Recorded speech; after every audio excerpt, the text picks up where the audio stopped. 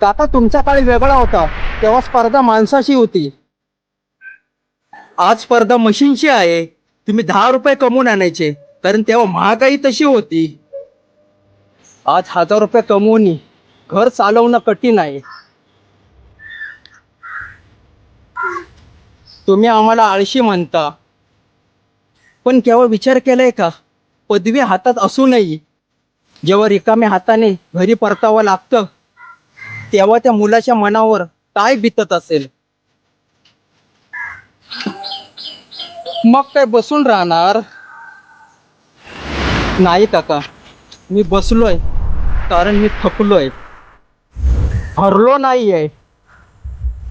मी आज 5 ठिकाणी नकार ऐकून आलोय, तरीही उद्या 6व्या ठिकाणी जाण्याची हिंमत करतोय. समाजाला आमची बेकारी दिसते, पण त्या बेकारीशी लढताना आम्ही जो संयम ठेवतो ना, ते कुणालाच दिसत नाही.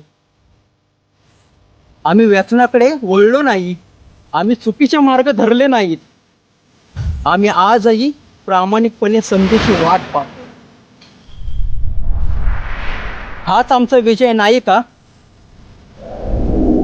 तरुण पिढीला ताणे देण्यापेक्षा एकदा पाठीवर हात ठेवून म्हणा की, प्रयत्न सोडू नकोस, यश नक्कीच मिळेल.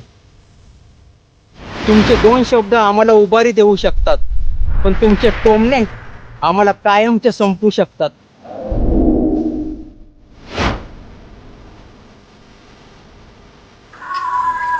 चुकलं माझं साहिल. मला वाटलं तू वेळ वाया घालवतोय. अरे तू तर स्वतःशीच युद्ध करतोय.